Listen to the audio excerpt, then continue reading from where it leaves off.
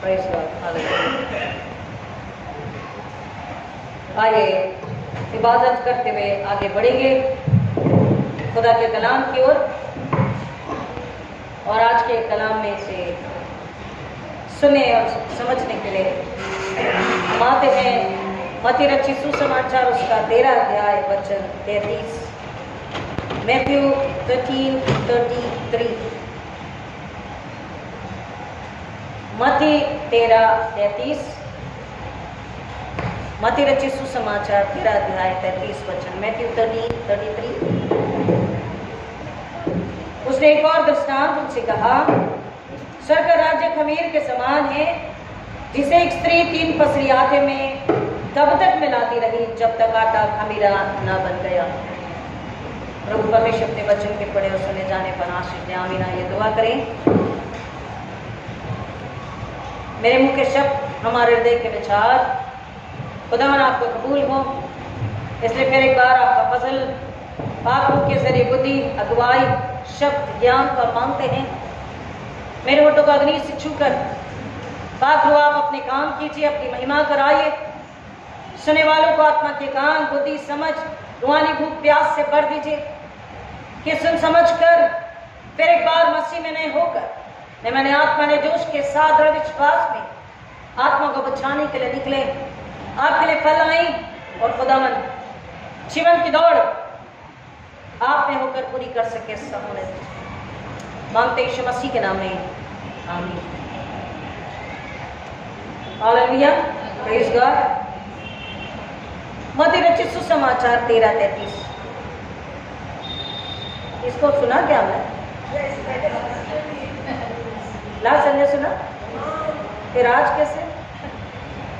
कैसे पढ़ लिया पास साहब मुझे?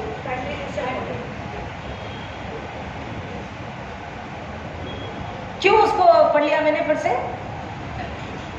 क्या है इसमें कंटिन्यूएशन? और इसमें कंटिन्यूएशन और क्या है? जब मैं पढ़ रही थी आज के सरमन के लिए सोच रही थी तो यही बात खुदा ने याद दिलाई कि ये तो पूरा नहीं हुआ है।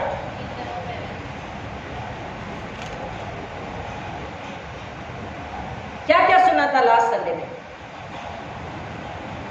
चलिए, सारे तो टीचर्स ही हैं। क्या क्या सुना था?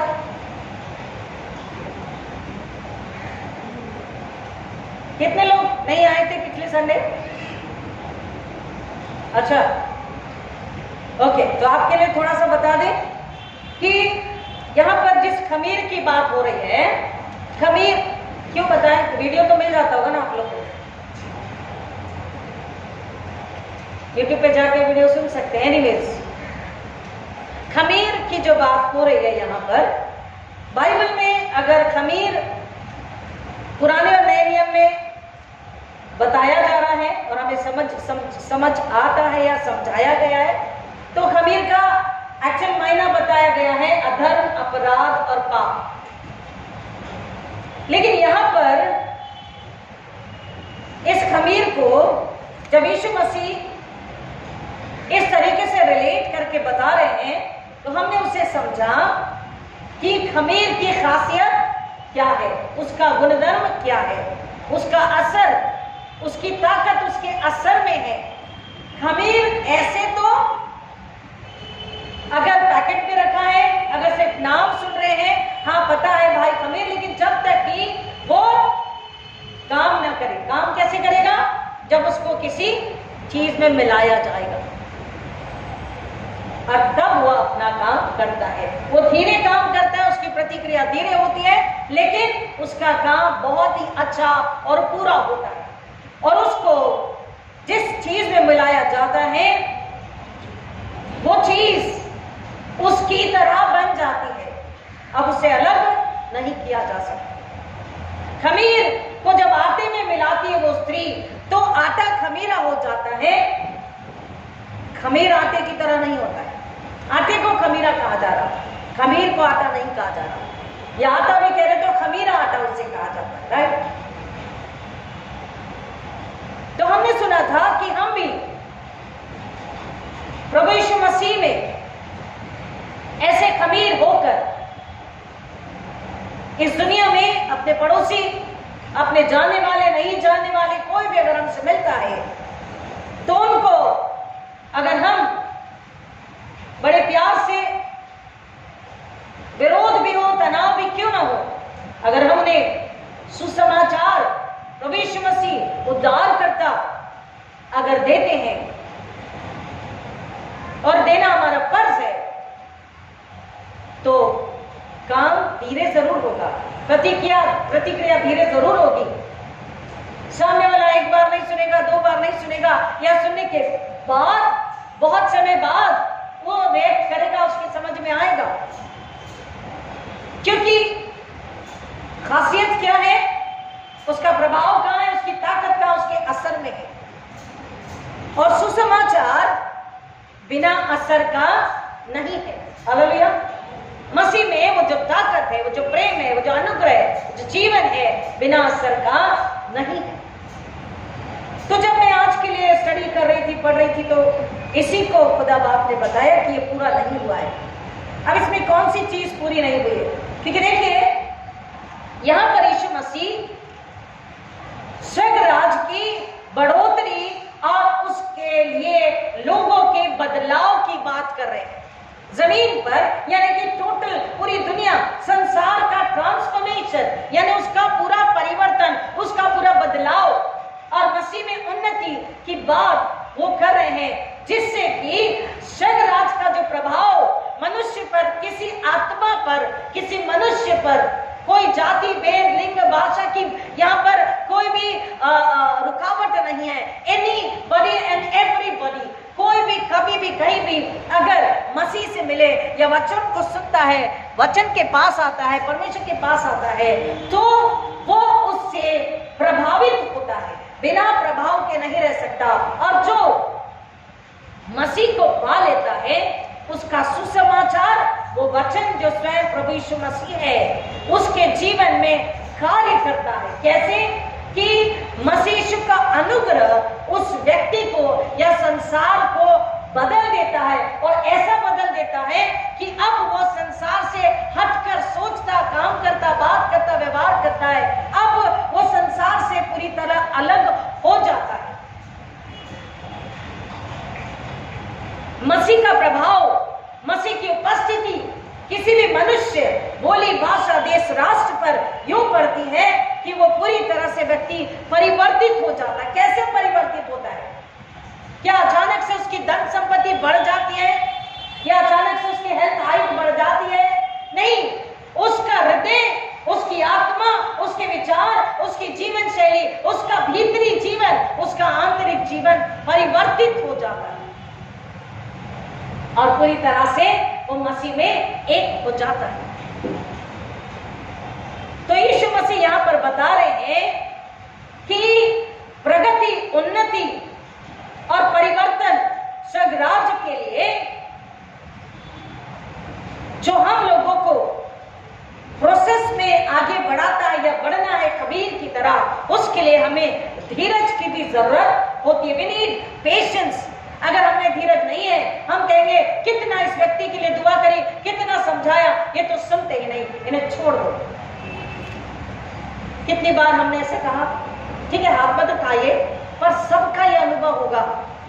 हम कई बार अपने बच्चों के लिए कह देते, कई बार अपने रिश्तेदारों के लिए कह देते, इनका कुछ नहीं होने का, ये नहीं बदलने के, ये नहीं सुधरने के। हम धीरज खो देते और अपने आप में ही अपनी ताकत, अपनी बुद्धि पर भरोसा करके उससे अंदाज लगा देते, ये नहीं सुधरने, इनका कुछ नहीं होने वाला है। और हम अपने आप में ही कमजोरी को और दावत देते, जबकि हमारे पास ऐसी बड़ी ताकत है, स्वर्ग की ताकत। जो सेवा करते हैं पीपल लाइक अस, हमारे सामने भी ये बातें आती हैं कि बहुत बार, हजारों बार समझाया, लेकिन फिर भी लोग उसी काम में, उसी व्यवहार में, उसी चाल में दिखाई देते। लेकिन कलाम क्या कहता है? धीरज रखो। धीरज रखना जरूरी है। खमीर बहुत धीरे काम करता है, लेकिन काम पूरा करता है, असरदार, प्रभावशाली शक्तिशाली काम वो करता है। और इसलिए यीशु मसीह कह रहे हैं कि तुम्हें स्वर्ग राज्य को, उसके असर को लोगों तक पहुंचाने, उनमें बनाए रखने के लिए पिता, पुत्र, पवित्र आत्मा, परमेश्वर, स्वर्ग उनमें जैसे खमीर आटे में घुल जाता है, मिल जाता है, व्याप्त हो जाता है, रस जाता है, वैसे ही लोगों के लिए धीरज रखते हुए तुम्हें इस तरह से काम करने, इस तरह से सेवा करनी है कि वो सुसमाचार या स्वर्ग राज्य उस व्यक्ति के हृदय में, आत्मा में व्याप्त हो जाए, घुस जाए, विलीन हो जाए, रस जाए, वो एक हो जाए, ताकि संसार, शैतान, शरीर, परेशानियां, मुश्किलातें, कुछ भी उन्हें निकालना, अलग करना चाहे तो अलग ना कर सके। क्योंकि जब एक आत्मा या मनुष्य वचन और परमेश्वर के सुसमाचार को सुनकर जब बदल जाता है तो वो इस चाहत में आगे बढ़ता है, आनंद से, कि मुझे एक और रूह को ये देना है, ये बांटना है, मुझे एक और रूह को इस आनंद में लाना है, इस जीवन में लाना है। और वो व्यक्ति, वो रूह, वो घराना, वो समाज, वो देश, वो राष्ट्र, वो कलीसिया कभी भी शांत और चुप नहीं बैठती, हाथ पे हाथ धरे नहीं बैठती, वो निराश नहीं होती, वो आगे ही बढ़ती है कि हमको एक और को मसीह से मिलाना है, कि वो मसीह में घुल मिल जाए, कि वो व्यक्ति, क्यों? क्योंकि जब वो सुसमाचार, वो खमीर उस व्यक्ति में मिल जाता है तो वो जैसे खमीर आटे में डालने के बाद एक स्त्री उस खमीर को आटे में मिलाकर उसको ढांक कर रख देती है 2 घंटे 4 घंटे के लिए, तो क्या होता है, उस खमीर में खमीर का असर धीरे धीरे उस आटे में होने लग जाता है, और धीरे धीरे वो आटा क्या होने लग जाता है, क्या होने लगता है, फूलने लग जाता है ना। और उसकी जब आप ब्रेड बनाते हो तो कैसे बनती है, एकदम सॉफ्ट, एकदम सॉफ्ट, खुशबूदार, ऊपर से कड़क कड़क, अंदर से नरम होती। तो वो खमीर धीरे धीरे आटे में काम करता है। वैसे ही जब हम मसीह के खमीर होके लोगों तक जाते हैं तो वो पहले उनके कॉन्शियस को, यानी उनके विवेक को झकझोर करता, हिलाता है, उनके दिमाग, उनकी सोच, उनकी बुद्धि, उनके विवेक को स्पर्श करता है, और उनका विवेक उनके हृदय को और हृदय आत्मा को, क्योंकि मसीह या सुसमाचार या वचन एक ही है, और वो कैसा है, प्रभाव रहित है, कैसा है, 2 धारू तलवार है, जो आर पार गूदे को फाड़कर बाहर आता है। तो जब उस खमीर के जरिए, यानी कि उस वचन सुसमाचार के जरिए आप उन्हें बताते, समझाते, उनसे मिलते जुलते हैं, आप मसीह में डूब चुके, और आप जब उस आत्मा से मिलते हैं तो उनके अंदर वो प्रक्रिया शुरू हो जाती है, काम शुरू हो जाता है, उनका कॉन्शियस छेदा जाता है, भेदा जाता है, उसमें प्रतिक्रिया शुरू हो जाती है, और धीरे धीरे धीरे धीरे वो दिल, वो दिमाग, वो सोच साफ हो जाते हैं, और धीरे धीरे वो मसीह में नए हो जाते हैं, और उनकी आत्मा पवित्र आत्मा के जरिए मसीह में एक होकर के स्वर्ग राज की इच्छा पूरी करने वाली, वचन को समर्पित होने वाली, वचन के लिए जीने वाली, वचन की महिमा लाने वाली बन जाती है। इसका मतलब जैसे खमीर आटे को खमीरा बना देता है, वैसे ही ये सुसमाचार, यानी कि हम उसके खमीर होकर के जब लोगों के पास में जाते हैं तो दुनिया, संसार वैसे ही हो जाती है जैसा कि स्वर्ग राज्य के नियम और कायदे कानून है, कि जैसा स्वर्ग राज्य चाहता है कि इस पृथ्वी के लोग होने चाहिए। दूसरी बात, परमेश्वर का वचन हमको यहाँ पर यह बता रहा है कि उस स्त्री ने, जिसे एक स्त्री 3 पसरी आटे में तब तक मिलाती रही, 3 पसरी आटा। अब बाइबल को अगर हम पढ़ते हैं, यही बात खुदा ने बताई कि जब भी हम बाइबल को पढ़ते हैं तो बाइबल में हर बात बहुत ही स्पेसिफाई करके दी गई है। 153 मछली है ना, 3 दिन 3 रात 7 4। बाइबल में संख्याओं का बहुत महत्व है। अब कह रहा है 3 पसरी आटा, तो 3 पसरी आटे को अगर लिटरली लेना चाहेंगे तो उसका माप, उसका लिटरल माप जो होता है 18 पॉइंट्स बताता है, लेकिन उसका आत्मिक अर्थ अगर हम समझना चाहेंगे तो परमेश्वर का वचन आज हमसे यूं कह रहा है। देखिए स्त्री, वो स्त्री कौन है? वो स्त्री कौन है? अब जब हमने पहले आपको बैकग्राउंड बता दिया, खमीर को जाना है। मैंने आपसे लास्ट संडे शुरू करने के पहले कहा था कि दुनिया में कुछ भी होता है, आग, भूखा, महामारी, अकाल, युद्ध, बुराई, अच्छाई, कुछ भी हो, चर्चेस पर हमले हो, लोग कुछ भी हो, दुनिया कहां देखती है? क्रिश्चियन यानी कि चर्च की ओर, मसीह के चर्च की ओर देखती है। तो ये जो स्त्री है, ये वुमेन है, इंडिकेट कर रही है चर्च को। ये स्त्री कौन है? चर्च। खमीर कौन है? सुसमाचार, सरकार राज्य, यीशु मसीह, गॉस्पेल। और आटा कौन है? आटा कौन है? आटा कौन है? मैंने आपको बैकग्राउंड बता दिया कि जब हम उनसे मिलते हैं, लोग, दुनिया, संसार। आटा कौन है? संसार।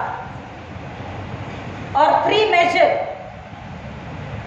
3 पसेरी। अब इसको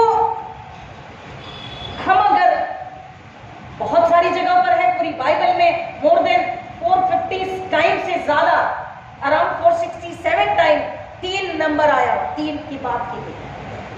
लेकिन इसके लिए पर्टिकुलरली हम अगर बाइबल में से पढ़ना चाहेंगे तो उत्पत्ति 18:6, जेनेसिस 18:6, उत्पत्ति 18:6, उत्पत्ति 18:6। मिला किसी को? तो अब्राहम ने तंबू में सारा के पास फुर्ती से जाकर कहा, तंबू में सारा के पास फुर्ती से जाकर कहा, 3 सपा मैदा फुर्ती से गूंथ ले और फुलके बना। इब्राहिम, क्योंकि उसके पास कौन आ रहे थे, उसने देखा 3 एंजल स्वर्गदूत, तो वो दौड़कर सारा के पास तंबू में गया और उससे कहा 3 पसेरी मैदा लेकर गूंथ ले और फुलके बना। 3 और ऐसे कई 3 हैं। अब 3 का क्या महत्व है? ये 3, वहां तो 3 एंजल आए, अब ये 3 किसकी ओर इशारा कर रहे हैं? Trinity, father, son and holy spirit, पिता, पुत्र, पवित्र आत्मा। और 3 के कई सारे मायने। ट्रिनिटी तो है, पिता, पुत्र, पवित्र आत्मा है। दूसरा, वो 3 बता रहा, अगर पिता, पुत्र, पवित्र आत्मा है तो हमारा परमेश्वर हमें हमारे एंसेस्टर्स को भी याद दिलाता है। वचन 3 जिन्होंने हर तकलीफ में, हर अच्छाई बुराई में, हर कमी घटी और हर बहुतायत में, हर विरोध तनाव में, हर संकट में हमें ये बताया कि अगर परमेश्वर का हाथ न छोड़ो, अगर खुदा के साथ चलते रहो, उसकी आज्ञा में बने रहो, उससे प्यार करते रहो, उस पर ईमान बना के रखो, तो आप हमेशा ही आगे बढ़ोगे, जीतोगे, बहुतायत में रहोगे, सुकून आराम में रहोगे और फलदायी आशीष रहोगे। पीढ़ी दर पीढ़ी बढ़ती जाएगी, कभी भी नुकसान नहीं होगा, परमेश्वर साथ होगा। ये किसने बताया? हमारे एंसेस्टर्स, हम जिनके नाम से कई बार दुआ करते हैं, अब्राहम, इसाक और याकूब के परमेश्वर। तूने जो उनसे वायदा किया उस वायदे को हम आज याद दिला के दुआ करते हैं। जो बरकतें नियामतें खुदा ने उन्हें ली उसको याद दिलाकर हम भी उन बरकतों को क्लेम करते हैं। तो ना केवल पिता पुत्र पवित्र आत्मा, लेकिन अब्राहम इसाक याकूब आज्ञाकारिता, शुद्धता और धार्मिकता, परमेश्वर की भलाई, ओबीडियंस, प्यूरिटी एंड गुडनेस, आज्ञाकारिता, शुद्धता यानी कि पवित्रता और भलाई। उसके बाद 3 और इशारा करता है और बताता है हमारे उद्धारकर्ता प्रभु यीशु मसीह की ओर मार्ग, बोले ना आगे, मार्ग, सत्य और जीवन। I am the way, I am the truth and I am the life. स्वयं प्रभु यीशु मसीह ने ये बात कही, मार्ग, सत्य और जीवन में कही। और जब मार्ग, सत्य, जीवन वो है तो परमेश्वर का वचन इस 3 में हमें बता रहा है शांति, नया जीवन और संपूर्णता। क्योंकि जो परमेश्वर में है, मसीह के जरिए मार्ग, सत्य, जीवन में बढ़कर पवित्र आत्मा के जरिए अपनी मसीहत की जिंदगी को जीता है, उसके जीवन में सुकून, आराम, शांति, बहुतायत, नया जीवन। पुराना जीवन उसमें नहीं रहता। जो मसीह में एक हो जाता है, खमीर आटे में मिलकर उसे खमीरा बना देता है। स्वर्ग राज्य जिसके अंदर हो, मसीह जिसके अंदर हो, सुसमाचार, वचन, तो दारू, तलवार, जीवन जिसके अंदर हो, उसका पुराना जीवन तो रहेगा या नहीं रहेगा। उसमें नया जीवन। तो ये 3 फिर एक बार इशारा करता है उसके जीवन में harmony, new life and completeness, सुकून, आराम, शांति, नया जीवन और संपूर्णता। और परमेश्वर परफेक्टनेस, सिद्धता का परमेश्वर। तो ये 3 नंबर, पिता पुत्र पवित्र आत्मा, मार्ग, सत्य, जीवन, आज्ञाकारिता, शुद्धता, पवित्रता, भलाई, प्रेम, धार्मिकता के साथ साथ सिद्धता को बताता है। ये 3 नंबर एकता, यूनिटी को बताता है। स्वर्ग की एकता, पिता पुत्र पवित्र आत्मा। स्वर्ग और कलीसिया की एकता कैसे है? स्वर्ग और कलीसिया में यूनिटी कैसे है? कैसे है? स्वर्ग में यूनिटी है, पिता पुत्र पवित्र आत्मा उनकी यूनिटी को बता रहा। जमीन पर कलीसिया में यूनिटी कैसे है? मसीह कलीसिया का सिर, कलीसिया उसकी देह और उसकी दुल्हन, और पाखरू उसका मददगार। खुदा में कलीसिया की मसीह के साथ एकता, खुदा बाप, खुदा बेटा और खुदा पाखरू। और खुदा ने उस बेटे के जरिए हमें मोल खरीदा, हमें अपनी औलाद, अपनी संतान उत्तराधिकारी बना दिया। लेकिन मसीह की दुल्हन, मसीह के जरिए ही दुल्हन बनेगी। मसीह के बिना वो स्वर्ग से एक नहीं हो सकती। यूनिटी को, एकता को बताता है। ये 3 एक और बात को बताता है, शरीर, प्राण, आत्मा, बॉडी, माइंड, सोल। 3 पसेरी, 3 मेजर। कई सारी बातें बाइबल में बताई गई है, past, present and future, birth, life and death, भूतकाल, वर्तमान और भविष्य। अगर बाइबल को पढ़ते हैं तो हम पुराना नियम जब पढ़ते हैं तो आदि में यहोवा परमेश्वर, फिर प्रभु यीशु मसीह, और अब अनुग्रह के समय में हम पवित्र आत्मा के जरिए उसके अगुवाई में जी रहे हैं, सुरक्षित हैं। जन्म, जीवन और मृत्यु। अगर जो मसीह में जन्मा है इसलिए बच्चे का जन्म होते ही उसे कलीसिया में मिलाने की बात बपतिस्मा के जरिए की जाती है। हालेलुया। जब बच्चे का जन्म होता है तो उसे बपतिस्मा क्यों दिया जाता है? जन्म, जीवन और मृत्यु, ये तीन उसकी ओर इशारा कर रहे हैं कि अगर उसका बपतिस्मा नहीं हुआ तो वह कलीसिया से नहीं मिला। कलीसिया किसकी है? यीशु की है। ये कलीसिया यीशु की देह है, उसकी देह है, उसकी दुल्हन है। तो वो बच्चे का जो बपतिस्मा होता है, या एक व्यक्ति अगर बड़ा भी हो, बुजुर्ग भी हो, और वो जब मसीह को कबूल करे तो उसे बपतिस्मा पिता, पुत्र, पवित्र आत्मा के नाम में बपतिस्मा देकर उसे कलीसिया में मिलाया जाता है। और मिलाया जाना जरूरी है, तब उसकी एकता न केवल कलीसिया से पर स्वर्ग से भी मसीह के जरिए पूरी हो जाती है। That is the unity. अब जब वो मसीह की कलीसिया में मिल गया, जन्म मसीह घराने में या किसी और घराने में, लेकिन बपतिस्मे के बाद मसीह के घर का होकर उसका जीवन मसीहत में वचन के जरिए मसीह के साथ अगर बना है, तो उसकी मौत भी जब आती है तो उस मौत से उसे फर्क नहीं पड़ता, क्योंकि उसकी रूह कहां जाने वाली है? कहां जाने वाली है?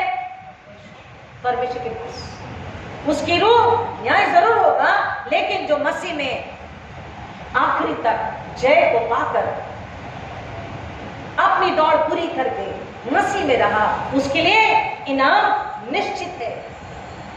और इसलिए वो कह रहा है कि तीन हमें सिद्धता की ओर, संपूर्णता की ओर, सिद्धता, परफेक्टनेस। परमेश्वर हर एक काम सिद्धता के साथ करता है, कोई भी काम अधूरा या खुरदरा नहीं छोड़ देता। और हमको भी वही सिखाता है कि हम उसकी समझ, उसकी बुद्धि के साथ ग्रीक में, अगर ग्रीक में हम तीन के मायने देखेंगे तो कहता है हार्मनी, विजडम एंड अंडरस्टैंडिंग। मसीहत का जीवन हमको परमेश्वर की पवित्र आत्मा वचन के जरिए बुद्धि को लेकर, एकता को लेकर, समझ, प्रेम को लेकर, उसके संगीत, सुकून, शांति, मेल मिलाप, आराम को लेकर और उसकी समझ को लेकर हमें मसीहत के जीवन को जीना है।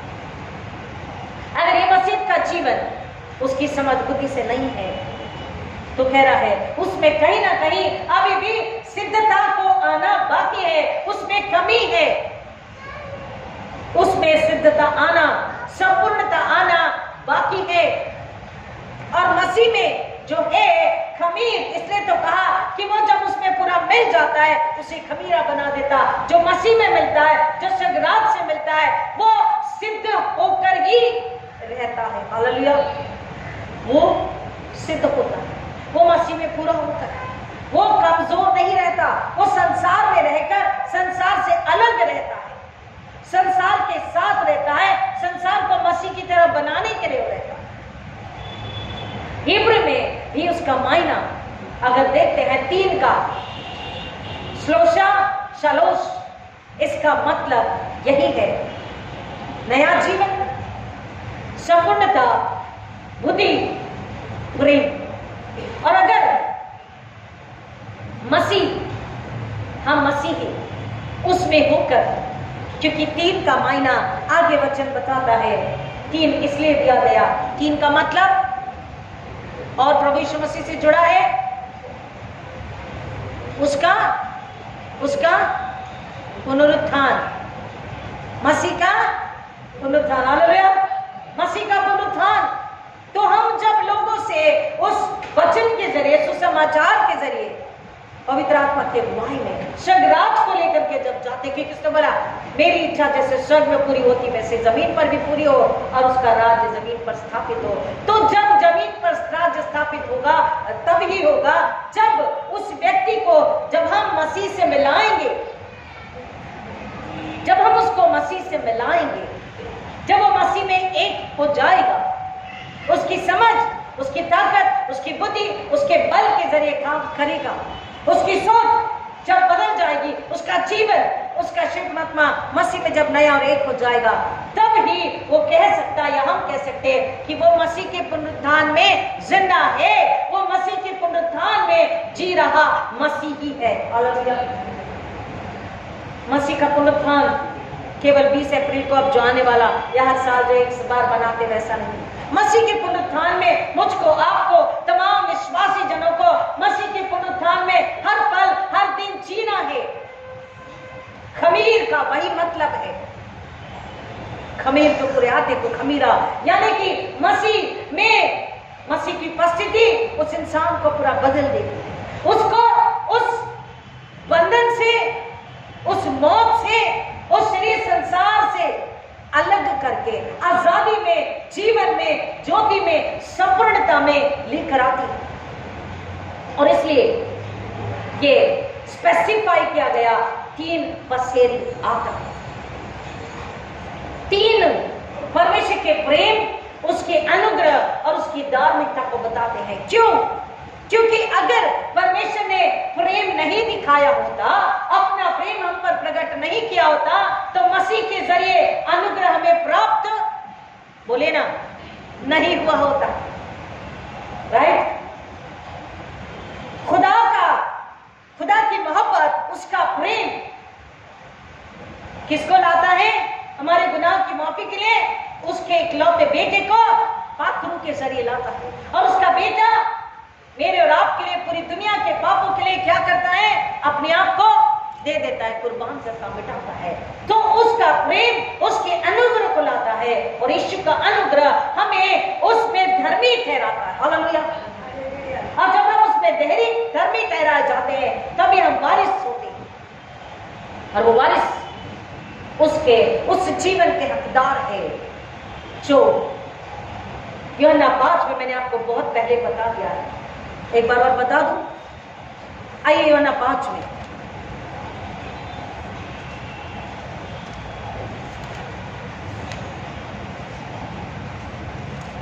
यूहन्ना 5, जॉन 5,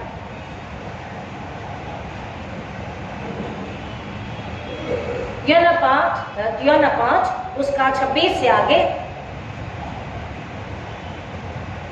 क्योंकि जिस रीति से पिता अपने आप में जीवन रखता है, उसी रीति से उसने पुत्र को भी अधिकार दिया है कि वो अपने आप में जीवन रखे। यस, परमेश्वर ने मसीह को जब हमारे लिए भेजा है, कलाम कह रहा है जैसे पिता को अधिकार है, बाप को अधिकार है, सारा का सारा अधिकार उसने अपने बेटे को भी दिया है, और बेटे में क्या है? जीवन है। आगे पढ़िए ना प्लीज, 27 पढ़िए। वरन उसे न्याय करने का भी अधिकार दिया है। हाँ, इसलिए कि वो मनुष्य का पुत्र है। आगे।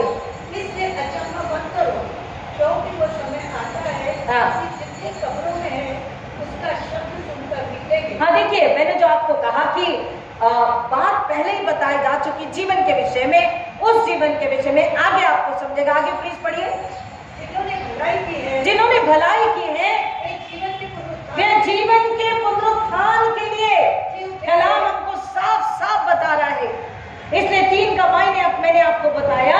परमेश्वर का प्रेम उसके अनुग्रह को लाता है, उसका अनुग्रह हमें धर्मी ठहराता है, क्योंकि वो धर्मी है, उसकी धार्मिकता में धर्मी ठहराएगा उसके खून से धुले जाने के जरिए। और जो धर्मी ठहराया जाकर उसके आने तक ईमान में, वचन में, उसके वचन के आज्ञाकारिता में, वचन को खा पी कर पहनोड़ कर वचन के महिमा के लिए, वचन की गवाही के लिए एक और को मसीह में लाते हुए जीता है आखिरी दम तक, जो मसीह में बना रहता है। कहता है कि जिन्होंने सुकर्म किए, सुकर्म क्या है? गरीब को खाना खिलाना नहीं, कपड़ा देना नहीं, मदद करना नहीं, ये सब कुछ सेकेंडरी है, बाद में। लेकिन हमारे लिए सुकर्म का मतलब है कि जो मसीह पर ईमान लाकर मसीह में जिंदा रहे, मसीह के पुनरुत्थान में जीकर हमेशा उसकी आज्ञा में, उसके वचन में बने रहे। मसीह होकर अगर संसार में दूसरी इच्छा, लालसाओं या सिद्धांतों, शिक्षाओं में जीकर सदों की फरोसियों का जीवन अगर जिया है, आत्मा में अब भी अगर मसीह नहीं है, अगर उस खमीर में आटे को जैसे खमीरा बनाया, मसीह ने उसके पुनरुत्थान ने हमें अगर पूरा पुनरुत्थित नहीं किया, हम अगर सिद्ध नहीं हुए, हम अगर संपूर्ण नहीं हुए, हम अगर जीवन ज्योति में नहीं आए, हम अगर उसके पुनरुत्थान में अगर जिंदा नहीं है और हम मरे हुए रहे और एक और रूह को भी हमने मौत में रखा, जीवन में नहीं लाया, तो कह रहा है कि जिन्होंने सुकर्म किए वो तो जीवन के पुनरुत्थान के लिए हमने सुसमाचार शीघ्र राज्य देकर, मसीह को देकर रूह को बचा लिया, तो जीवन के पुनरुत्थान के लिए। लेकिन जिन्होंने कुकर्म किए हैं वे दंड के पुनरुत्थान के लिए जिलाए जाएंगे। आई बात समझ में? उस मार्ग सत्य जीवन, उसका प्रेम, इसलिए पहले मैंने आपको बताया ओबीडियंस, प्यूरिटी, गुडनेस। अब्राहम, इज़ाक, याकूब, उसके आज्ञाकारिता को परमेश्वर ने बेटे को भेजा, बेटा आज्ञाकारी रहा। अब्राहम, इज़ाक, याकूब अगर आज्ञाकारी नहीं होते, मसीह में अपने दिल, दिमाग, आत्मा से हर एक कामों, बातों, विचारों में शुद्धता, पवित्रता का जीवन नहीं जीते, आज्ञाकारी होकर उसकी भलाई को नहीं देख पाते और परमेश्वर के जरिए प्रेम, अनुग्रह और धार्मिकता जब हमारे दी गई तो हम मसीह में मार्ग सत्य जीवन में हम उस पुनरुत्थान को पाते हैं। और अगर पुनरुत्थान में जीते हुए उसके लिए भलाई में बने रहकर एक और रूह को मसीह के पास लाकर पुनरुत्थान देते हैं और फिर हम आखिरी सांस लेते हैं, तो कह रहा है कि हम जीवन के पुनरुत्थान के लिए जिलाए जाएंगे। जिलाए तो दोनों जाएंगे, लेकिन जिन्होंने सुकर्म किया वो मसीह के दाहिने हाथ में होंगे जीवन के पुनरुत्थान के लिए। जिन्होंने कुकर्म किया, जो पुनरुत्थान में रहकर, पुनरुत्थान को जानकर भी पुनरुत्थान में नहीं जिए, जो खमीरा आटा यानी कि मसीह, स्वर्ग जीवन, स्वर्ग राज्य उनके अंदर में अगर नहीं रहा, मसीहत में मसीह उनके अंदर नहीं रहा, वचन उनके अंदर नहीं रहा, मसीह में जो नहीं जिए, मसीह के लिए जो नहीं जिए, क्या होने वाला है? वे उठाए जरूर जाएंगे, वो जिलाए जरूर जाएंगे, लेकिन काहे के लिए? दंड के लिए। काहे के लिए? दंड के लिए। जीवन के लिए या दंड के लिए? हमारी इच्छा क्या है? कह रहा जिलाए तो सभी जाएंगे, लेकिन एक दंड के लिए और दूसरा जीवन के लिए। अब हमको खुदा का कलाम ये बता रहा है कि हमको पहले अपने आप को, फिर अपने परिवार को, फिर अपने घराने को, फिर अपने खानदान को, फिर अपनी जमात को और फिर जमात से बाहर भी अपने प्रियो को और अपने प्रियो के बाद भी, अब जिन्हें जानते नहीं जानते उनके लिए भी। मैंने आपको लास्ट संडे बताया, मैं किताब पढ़ रही थी, उसको पूरा पढ़ा नहीं अभी। स्वर्ग की आवाज और नरक की आवाज। तो नरक से आवाज आ रही थी, तुम हमसे मिले बाजार में, मॉल में, थिएटर में, सब्जी भाजी की दुकान में, राशन की दुकान में, रेल में, प्लेन में, लेकिन आप बाइबल भी पढ़ रहे थे, आप दुआ भी कर रहे थे, लेकिन आपने हमें मसीह नहीं दिया, आपने हमें तौबा करने के लिए नहीं सिखाया, नहीं प्रेरित किया, आपने मसीह पर ईमान लाने के लिए हमें नहीं बताया। काश अगर आप बता देते तो आज हम नरक में, यानी कि अभी जो वचन पढ़ा, उठाए तो जाएंगे लेकिन दंड के लिए। वही बात मसीह यीशु हमें बता रहे हैं। 3 पसेरी आटा, 3 पसेरी खमीर जब आटे में मिलाया गया, हम 3 यानी कि मैं और आप, खुदा को, उसके बेटे को, खुदा बाप, खुदा बेटा, खुदा रूह को, जब मैं और आप लेकर के किसी के पास जाते हैं तो उसे मसीह का होने से कोई रोक नहीं सकता। अगर वो हलीम है, नम्र है, वो तैयार है, उसे कोई रोक नहीं सकता। उसका उद्धार, उसका पुनरुत्थान निश्चित है। और 3 यशायाह नबी की किताब 6वां अध्याय 3रा वचन, आयशा 6:3, वो क्या कह रहा है? Holi Holi Holi the God of host, सेनाओं का यहोवा परमेश्वर कैसा है? पवित्र पवित्र पवित्र। 3 बार ऐसे कई 3 है पवित्र बाइबल में, लेकिन इतना वक्त नहीं। और 3 कुछ संडे पहले हमने सुना कि प्रभु यीशु मसीह के जन्म के बाद क्या हुआ? इपिफनी संडे 3 वाइज मैन, 3 बुद्धिमान राजा, वाइज मैन, ज्योतिषी यीशु मसीह से मिले आए, भेंट चढ़ाई, सजदा किया और बताया ये राजा भी है, ये याजक भी है, ये महायाजक भी है और ये मनुष्य के पापों के लिए मारा जाएगा लेकिन जी उठेगा और उसका पुनरुत्थान बहुतों को जीवन देगा। परमेश्वर का वचन स्वर्ग राज के उद्देश्य को फिर एक बार मुझको आपको याद दिला रहा है कि स्वर्ग राज, परमेश्वर का उद्देश्य क्या है कि स्वर्ग का राज्य खमीर की नाई हर एक दिल में, हर एक घर में, हर एक पड़ोस में, देश में, राष्ट्र में, संसार में मैं और आप कैसे फैला सकते हैं। धीरे काम होगा, देर लगेगी, हमको धीरज रखना, क्योंकि ताकत किसकी है, इच्छा किसकी है, बुलाहट किसकी है, हथियार किसका है? हम तो केवल पात्र हैं।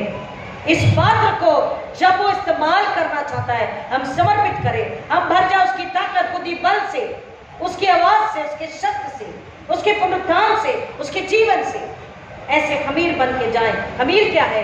सुसमाचार। वो स्त्री कौन है? हम चर्च। वो खमीर कौन है? सुसमाचार, स्वर्ग का राज्य, प्रभु यीशु मसीह। आधा दुनिया में हमें जाना है और उनको यीशु मसीह दुनिया में जब आए तो हर एक से मिले, लेकिन उनके जैसे नहीं बन गए, उनको अपने जैसा बना दिया। यीशु मसीह जिससे मिले उसको अपने जैसा बना दिया। आज कलाम हमसे यही कहता, हम उसके खमीर होके जाएं कि उनको मसीह सा बना दे। हालेलुया, आमीन। कि वो उद्धार को पाए, छुटकारे को पाए, चंगाई को पाए, अनंतकालीन जीवन को पाए, वो जिलाए जाए, उठाए जाए, दंड के लिए नहीं, जीवन के लिए, बहुतायत के जीवन के लिए, मसीह के साथ दाहिने हाथ में बैठने के लिए। आज कलाम हमसे पूछ रहा है कि हमने अब तक कौन सी आज्ञा तोड़ी? हमने अगर उसकी एक भी आज्ञा को तोड़ी है तो हम अब भी उसके पूरे वो खमीर नहीं बने हैं, हम में वो असर नहीं है। अपने घर में, अपने परिवार में हमें पहले वो खमीर बनना है, फिर अपने प्रियो में, फिर अपने जमात, फिर अपने दोस्त पड़ोसी। इस संसार में कह रहा है कि हमको एक विश्वासी को उसकी बुलाहट है कि सुसमाचार सुनाए बिना, फैलाए बिना उसका जीवन अधूरा है।